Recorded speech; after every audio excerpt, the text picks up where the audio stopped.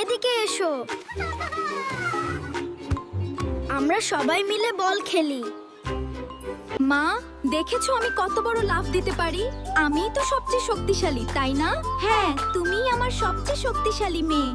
কিন্তু শুধু শক্তিতে বড় হওয়া যায় না, জ্ঞান আর বড়দের সম্মান দিয়ে বড় হতে হয়। আসসালামু আলাইকুম স্যার। ওয়ালাইকুম আসসালাম ছোট্ট মনিরা, কেমন আছো তোমরা? কেমন আছো তোমরা? সালাম দেওয়ার কি দরকার?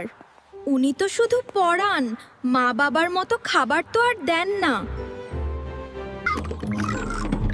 শিম্বু, এটা কি জাদুর সিন্দুক? কিছুতেই খুলছে না কেন?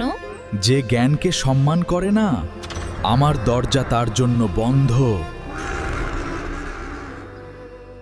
মা, জাদুর সিন্দুক বলছে আমি নাকি সম্মান জানি না। আমি শিক্ষককে সালাম দিইনি বলে সিন্দুকটি খুলছে না। শান্ত হও সোনা, শিক্ষককে সালাম দিলে সিন্দুকটি নিশ্চয়ই খুলবে। স্যার, আমাকে মাফ করে দিন। আসসালামু আলাইকুম। ওয়াহ, আলাইকুম আসসালাম। বন্ধুরা, মনে রাখবে, মা বাবার পরেই আমাদের শিক্ষকের সম্মান।